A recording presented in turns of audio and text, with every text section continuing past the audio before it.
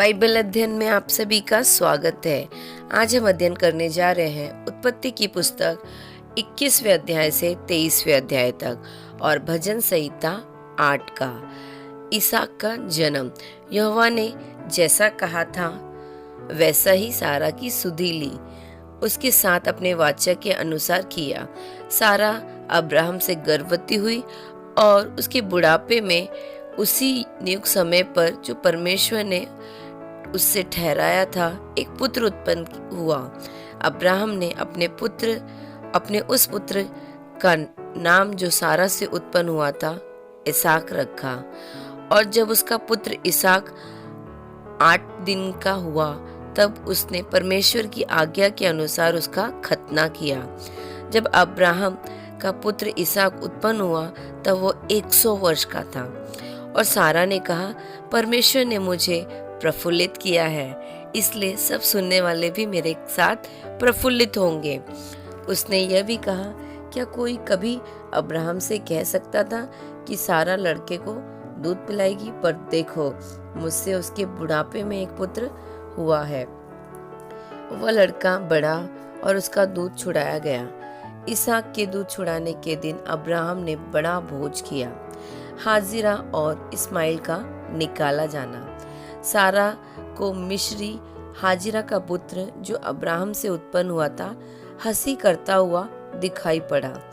इस कारण उसने अब्राहम से कहा, इस दासी का पुत्र सहित निकाल दे, क्योंकि इस दासी का पुत्र मेरे पुत्र इसहाक के साथ भागी नहीं होगा।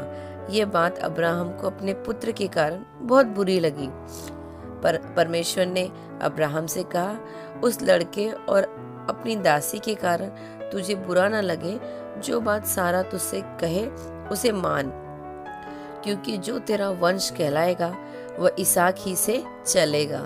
दासी के पुत्र से भी मैं एक जाति उत्पन्न करूंगा, इसलिए कि वह तेरा वंश है। अब्राहम ने सवेरे तड़के उठकर रोटी और पानी से भरी चमड़ी की एक थैली भी हाजिरा को दे दी और उसके कंधे पर रखी और उसके लड़के को भी उसे देकर उसको विदा किया। वह चली गई और बेशाब के जंगल में भटकने लगी। थैली का जल समाप्त हो गया। तब उसने लड़के को एक झाड़ी के नीचे छोड़ दिया। आप उससे तीर भर के टपे का दूध जाकर उसके सामने ये सोचकर बैठ गई, मुझको लड़के की मृत्यु देखनी ना पड़े। तब वह उसके सामने बैठी हुई चिल्ला चिल्ला के रोने लगी। परमेश्वर ने उस लड़के को सुनी और उसके दूत ने स्वर्ग से हाजिरा को पुकार के कहा, हे हाजिरा, तुझे क्या हुआ? मत डर, क्योंकि जहाँ तेरा लड़का है वहाँ से उसकी आवाज़ परमेश्वर को सुनाई पड़ती है। उठ, अपने लड़के को उठा और अपने हाथ से संभाल, क्योंकि मैं उसके साथ एक बड़ी जाति बनाऊंगा। तब परमेश्वर ने उसकी आंखें खोल दी और उसको एक कुआं दिखाई पड़ा। तब उसने जाकर थैली को जल से भरकर लड़के को पिलाया और परमेश्वर उस लड़के के साथ रहा। और जब वह बड़ा हुआ तब जंगल में रहते रहते धनुधारी बन गया। वह परान नामक जंगल में रहा करता था और उसकी माता ने उसके लिए मिस्री देश से एक स्त्री मंगवाई।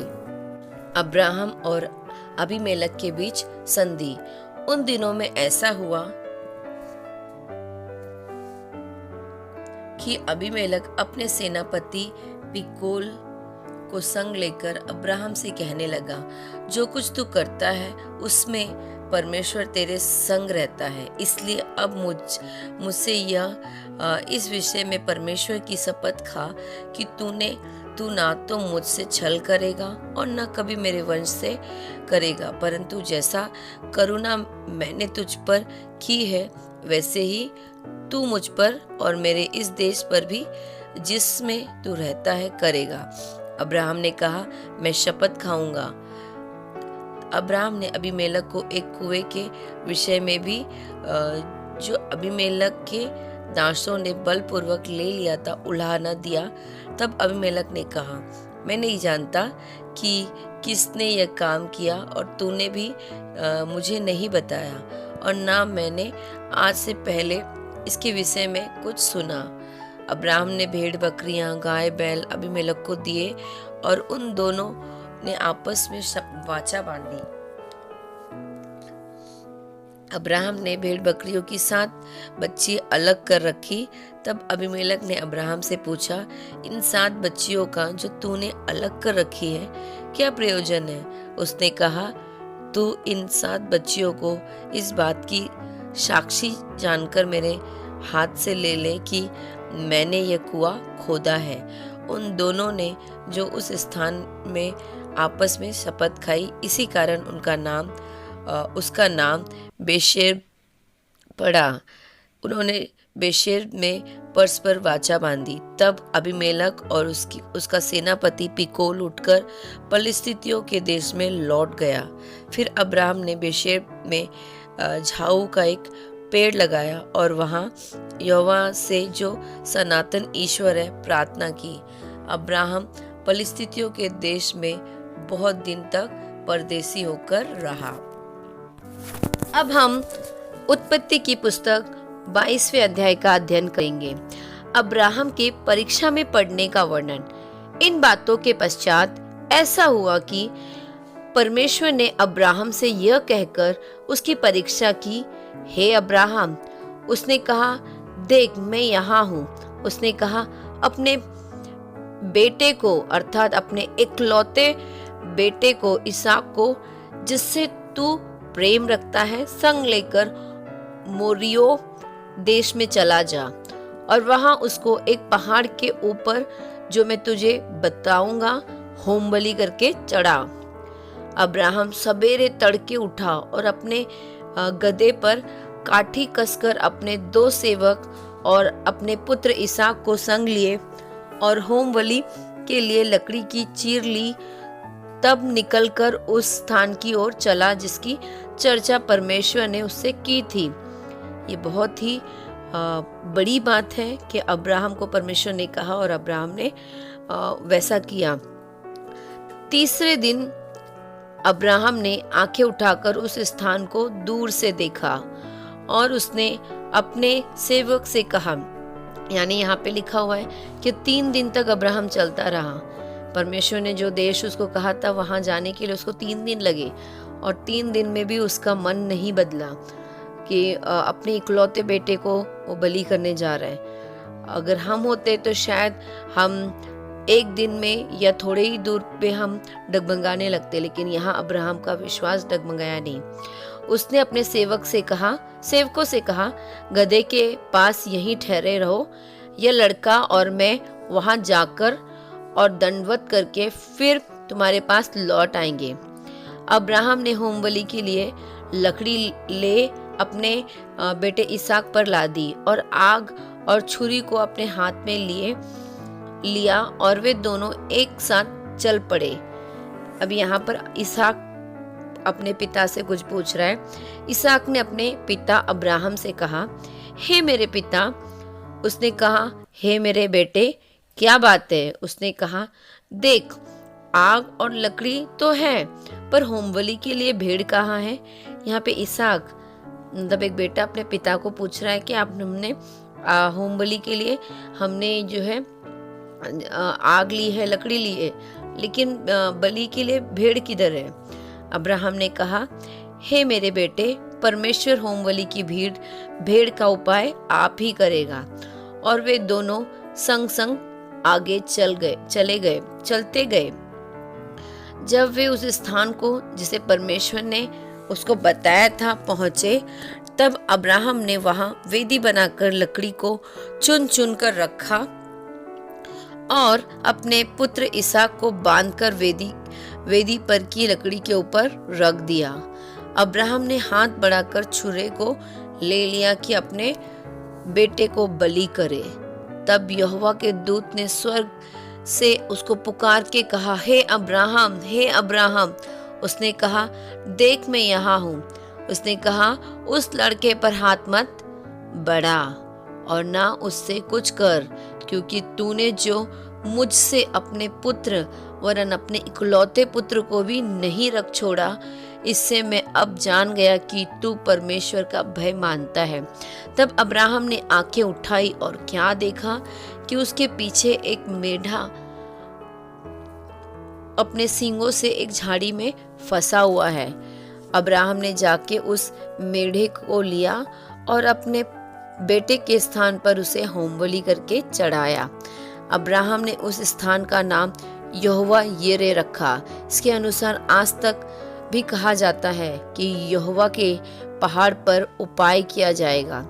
यहोवा के दूत ने दूसरी बार स्वर से अब्राहम को पुकार के कहा, यहोवा की यह वाणी है कि मैं अपनी ही यह शपथ खाता हूँ कि तूने जो ये काम किया है कि अपने बेटे वरन अपने इकलौते बेटे को भी नहीं रख छोड़ा, इस कारण मैं निश्चय तुझे आशीष दूंगा और निश्चय तेरे वंश को आकाश के तारागण और समुद्र के तीर की बालू के किनकों के समान अनगिनत करूंगा।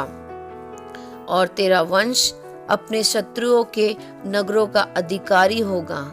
पृथ्वी की सारी जातियां अपने को तेरे वंश के कारण धन्य मानेंगी, क्योंकि तूने मेरी बात मानी है।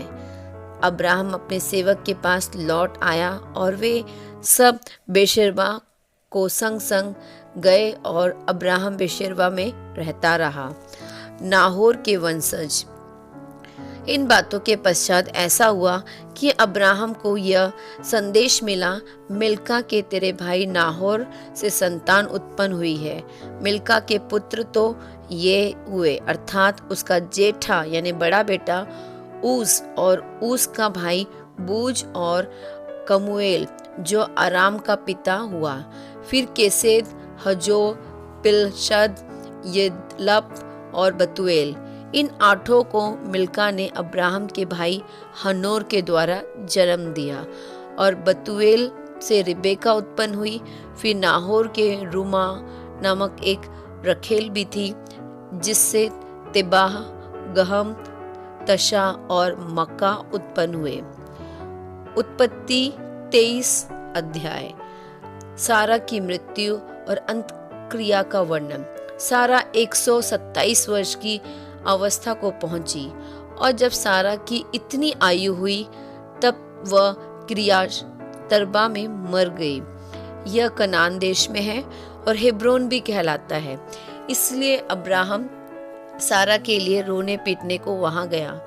अब्राहम शव के पास से उठकर हित्रियों से कहने लगा, मैं तुम्हारे बीच अतिथि और परदेसी हूँ। मुझे अपने मध्य में कब्रिस्तान के लिए ऐसी भूमि दो जो मेरी निज की हो जाए, कि मैं अपने मृतक को गाड़कर अपनी आंख की ओट करूं। हित्रियों ने अब्राहम से कहा, हे हमारे प्रभु, हमारी सुन, तू तो हमारे बीच में बड़ा प्रधान है। हमारी कब्रों में से जिसको तू चाहे उसमें अपने मृतक को गाड़। हम में से कोई तुझे अपनी कब्र के लेने से ना रोकेगा कि तू अपने मृतकों को उसमें गाड़ने ना पाए। अब्राहम उठकर खड़ा हुआ और हित्रियों के सम्मुख जो उस देश के निवासी थे दंडवत करके कहने लगा, यदि तुम्हारी यह इच्छा हो कि मैं अपने मृतक को गाड़कर अपनी आंखों की ओट करूं, तो मेरी प्रार्थना है कि सोहोर के पुत्र एप्रोम से मेरे लिए विनती करो कि वह अपनी मकपेल वाली गुफा जो उसकी भूमि की सीमा पर है उसका पूरा दाम लेकर मुझे दे दे, कि वह तुम्हारे बीच कब्रिस्तान के लिए मेरी निज भूमि हो जाए। एप्रोन तो हित्रियों के बीच वहां बैठा हुआ था, इसलिए जितने हित्री उसके नगर के फाटक से होकर भीतर जाते थे उन सबों के सामने उसने अब्राहम को उत्तर दिया, हे मेरे प्रभु, ऐसा नहीं, मेरी सुन, वह भूमि मैं तुझे देता हूँ और उसमें जो गुफा है वो भी मैं तुझे देता हूँ। अपने जाति भाइयों के सम्मुख मैं उसे तुझको दिए देता हूँ। अपने मृतक को कब्र में रख, अब्राहम ने उस देश के निवासियों के सामने दंडवत किया और उनके सुनते हुए एप्रोम से कहा, यदि तू ऐसा चाहे तो मेरी सुन, उस भूमि का जो दाम हो वो मैं देना चाहता हूँ, उसे मुझसे ले ले, तब मैं अपने मृतक को वहां गाड़ूंगा। एप्रोम ने अब्राहम को यह उत्तर दिया, हे मेरे प्रभु, मेरी बात सुन, उस भूमि का दाम तो 400 शेकल रुपए है, पर मेरे और तेरे बीच में ये क्या है? अपने मृतक को कब्र में रख। अब्राहम ने एप्रोम की मानकर उसको उतना रुपए तोल दिया जितना उसने हित्तियों के सुनते हुए कहा था, अर्थात 400 शेकल, जो व्यापारियों में चलते थे। इस प्रकार एप्रोम की भूमि जो मरमे के सम्मुख मकपेला में थी, वहां वह गुफा समेत उन सब पेड़ों समेत भी जो उसमें और उसके चारों ओर सीमा पर थे, जितने हित्री उसके नगर के फाटक से होकर भीतर जाते थे, उन सबों के सामने अब्राहम के अधिकार में पक्की रीति से आ गए। इसके पश्चात अब्राहम ने अपनी पत्नी सारा को उस मकपेला वाली भूमि की गुफा में जो मरमे के अर्थात हेब्रोन के सामने कनान देश में है मिट्टी दी। इस प्रकार वह भूमि गुफा समेत जो उसमें थी हित्रियों की ओर से कब्रिस्तान के लिए अब्राहम के अधिकार में पक्की रीति से आ गई। भजन संहिता 8। परमेश्वर की महिमा और मनुष्य का गौरव। हे प्रभु हमारे परमेश्वर, तेरा नाम सारी पृथ्वी पर क्या ही प्रतापमय है। तूने अपना वैभव स्वर्ग पर दिखाया है। तूने अपने बैरियों के कारण बच्चों और दूध पिलवाओं के द्वारा सामर्थ की नींव डाली है, ताकि तू शत्रु और पलटा लेने वालों को रोक रखे। जब मैं आकाश को जो तेरे हाथों का कार्य है और चंद्रमा और तारागण को जो तूने नियुक्त किए हैं देखता हूँ, तो फिर मनुष्य क्या है कि तू उसका स्मरण करे, और आदमी क्या है कि तू उसकी सुधि ले, क्योंकि तूने उसको परमेश्वर से थोड़ा ही कम बनाया है और महिमा और प्रताप का मुकुट उसके सिर पर रखा है। तूने उसे अपने हाथों के कार्यों पर प्रभुता दी है। तूने उसके पांव तले सब कुछ कर दिया है। सब भेड़ बकरी और गाय बैल और जितने वन पशु हैं, आकाश के पक्षी और समुद्र की मछलियां और जितने जीव जंतु समुद्र में चलते फिरते हैं, हे यहोवा, हे हमारे प्रभु, तेरा नाम सारी पृथ्वी पर क्या ही प्रतापमय है। यहाँ भजन संहिता 8 समाप्त होता है। धन्यवाद।